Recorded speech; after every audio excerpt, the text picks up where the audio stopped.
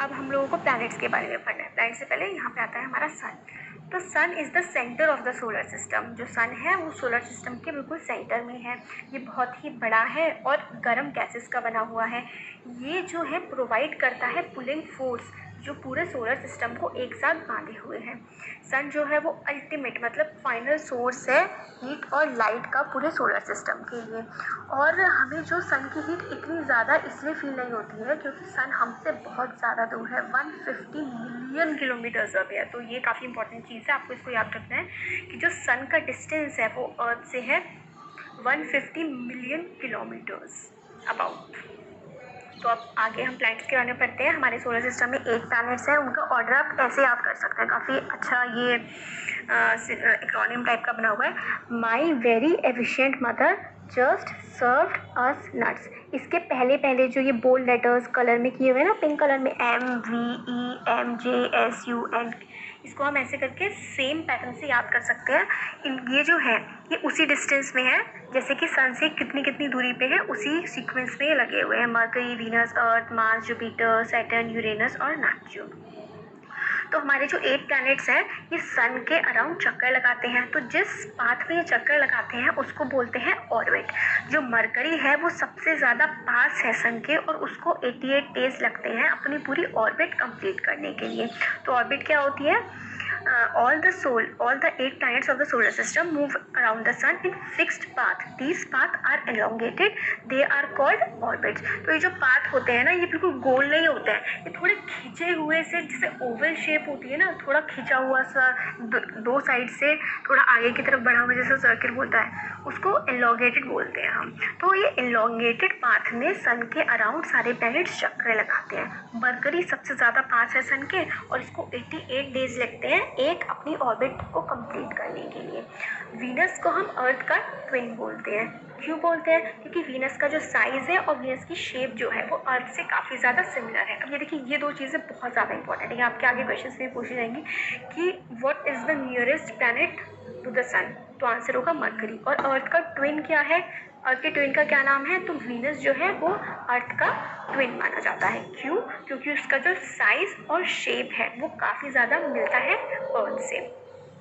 और आगे बताते हैं इसमें कि 2006 तक हम प्लूटो को भी प्लैनेट मानते हैं, मगर एक इंटरनेशनल एस्ट्रोनॉमिकल यूनियन की मीटिंग हुई थी जिसमें से उन्होंने इसको हटा दिया प्लैनेट को। एज मतलब प्लूटो को अब हम प्लैनेट नहीं मानते हैं और हम उसे अब ड्वार्फ प्लैनेट बोलते हैं।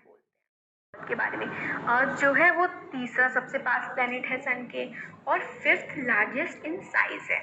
साइज के कंपैरिजन में अगर हम देखें तो अर्थ जो है वो 5th लार्जेस्ट है और अगर हम उसकी सन से दूरी देखें तो वो है 3rd नंबर पे।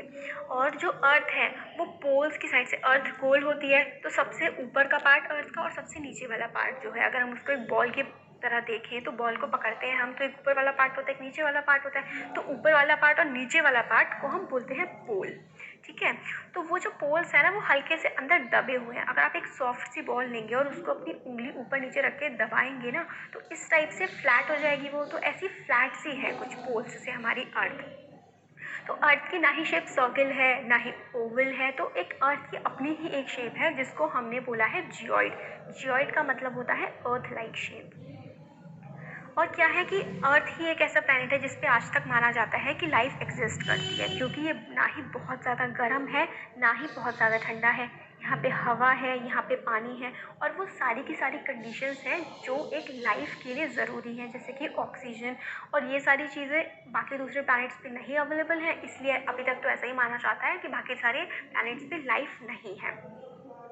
और अर्थ को हमारे ब्लू प्लैनेट भी कहा जाता है क्योंकि 2/3 जो इसका सरफेस है उस पूरे 2/3 सरफेस में वाटर है, इसलिए हम इसे ब्लू प्लैनेट भी कहते हैं। अब मून के बारे में पढ़ते हैं। उससे पहले हम लोग ये देख लेते हैं कि जो लाइट ट्रैवल करती है वो स्पीड, लाइट की स्पीड है 3 × 10⁶ किलोमीटर पर सेकेंड।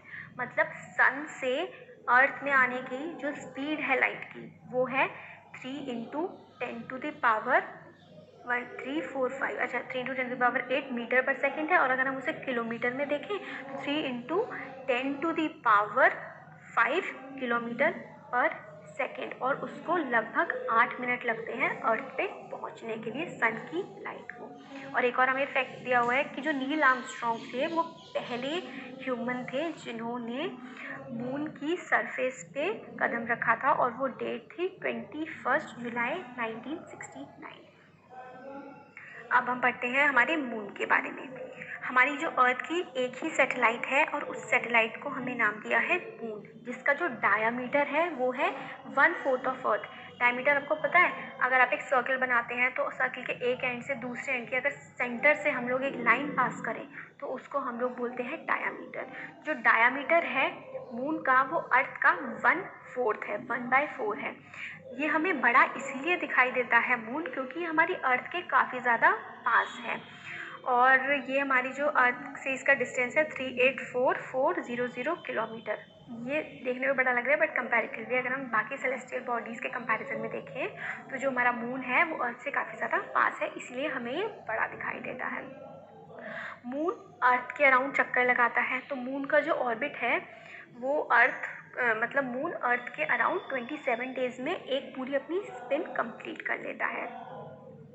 इसीलिए क्या होता है कि हमें मून की सिर्फ और सिर्फ एक ही साइड विजिबल होती है, मतलब एक ही साइड हमेशा हमें मून की दिखती है, हमें उसकी दूसरी साइड नहीं दिखती है।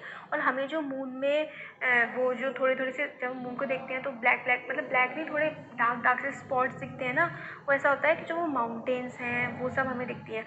और हाँ, अभी इस NCERT में लिखा हुआ है कि वहाँ पे ना ही हवा है ना ही पानी है, मगर अब कुछ जो हमारा चंद्रयान 2 था उसने और चाइना के भी कुछ मिशंस थे, उन्होंने ये मतलब कंफर्म कर दिया है कि मून की सतह पे पानी है। मगर अभी NCERT तो काफ़ी पुरानी 2006 से है शायद ये वाली, तो इसके अकॉर्डिंग तो मतलब मून पे पानी नहीं, क्योंकि तब तक पता नहीं लगा था। और अब तो हो गया है, पता लग गया है कि उसके जो वहाँ की मिट्टी में पानी हो सकता है। और जो डिप्रेशंस वगैरह हैं वो माउंटेन्स की वजह से हैं, और कुछ गड्ढे वगैरह हैं वहाँ पे, और यही वो डिप्रेशन है जो हमें थोड़े दाग दाग जैसे दिखते हैं। और यही जो है ये मतलब उस पर मून पे शेडो मतलब परछाई डालते हैं। अब एस्ट्रॉइड्स क्या होते हैं? Apart from stars, planets and satellites, there are numerous tiny bodies which also move around the sun. These bodies are called asteroids. तो अभी हमने पढ़ा था कि सोलर सिस्टम में सन के अराउंड प्लैनेट्स घूमते हैं, और प्लैनेट्स के अराउंड हमारे जो है सैटेलाइट्स घूमते हैं, जैसे कि मून हमारा अर्थ के अराउंड घूमता है। मगर सैटेलाइट्स और प्लैनेट्स के अराउंड भी हमारे सोलर सिस्टम में दूसरी और सेलेस्टियल बॉडीज़ भी हैं जिनको हम कहते हैं एस्ट्रॉइड्स। और एस्ट्रॉइड जो है ये हमारी पाई जाती है मार्स और जुपिटर के ऑर्बिट के बीच में। ये देखिए यहाँ पे हमने ऊपर देखा था ना, ऊपर हमारा बना हुआ है, यहाँ पे देखिए ये है मार्स और जुपिटर की ऑर्बिट है, यहाँ पे हमें दिखाई दे रहा है।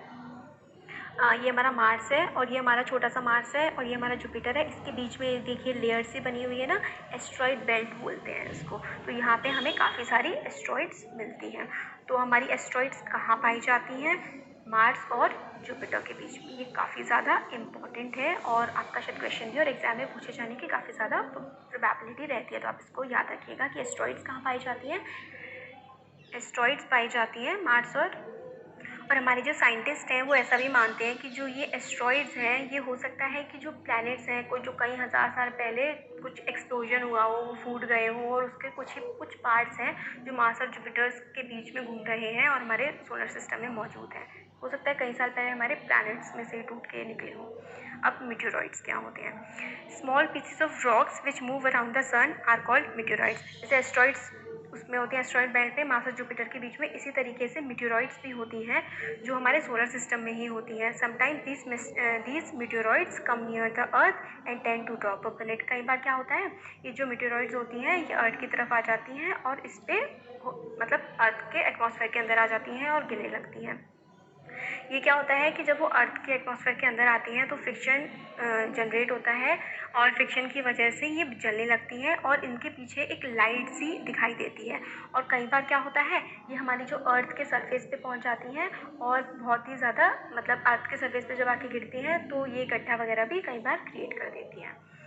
और फिर हम आगे इसमें पढ़ते हैं जो हमारी गैलेक्सी है जिसमें हमारा सोलर सिस्टम है, इस गैलेक्सी का नाम है मिल्की वे गैलेक्सी। एक गैलेक्सी में बहुत सारे मिलियंस ऑफ स्टार्स होते हैं, एक मिलियन में होते हैं 10 लाख, तो मिलियंस ऑफ स्टार्स होते हैं एक गैलेक्सी में। और जो हमारी गैलेक्सी है इसका नाम है मिल्की वे, और मिल्की वे जैसी और भी बहुत सारी गैलेक्सी हो सकती हैं।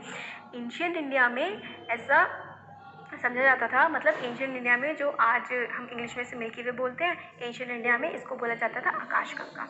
अ galaxy is a huge system of billions of stars and clouds of dust and gases. एक गैलेक्सी में बहुत सारे स्टार्स होते हैं और बादल होते हैं मिट्टी के और अलग अलग तरह की गैसेस के। There are millions of such galaxies that make universe. और हमारा यूनिवर्स जो बनता है वो ऐसी बहुत बहुत सारी गैलेक्सीज को मिलाकर हमारा यूनिवर्स बनता है। It is difficult to imagine how big the universe is. और हमें मतलब पता लगा पाना काफ़ी मुश्किल है कि कितना बड़ा यूनिवर्स होगा, और साइंटिस्ट जो हैं आज भी इसको पता लगा पाने में सक्षम नहीं है। तो अब देखिए हम लोग को यहाँ पे डायग्राम दिया हुआ है। हमारी अर्थ है, हमारी अर्थ किस में आती है? सोलर सिस्टम में आती है। सोलर सिस्टम किस में आता है? मिल्की वे में आता है। और मिल्की वे किस में आता है? यूनिवर्स में आता है। और यूनिवर्स में बहुत सारी गैलेक्सीज होती हैं। तो हमारा चैप्टर हो गया कंप्लीट।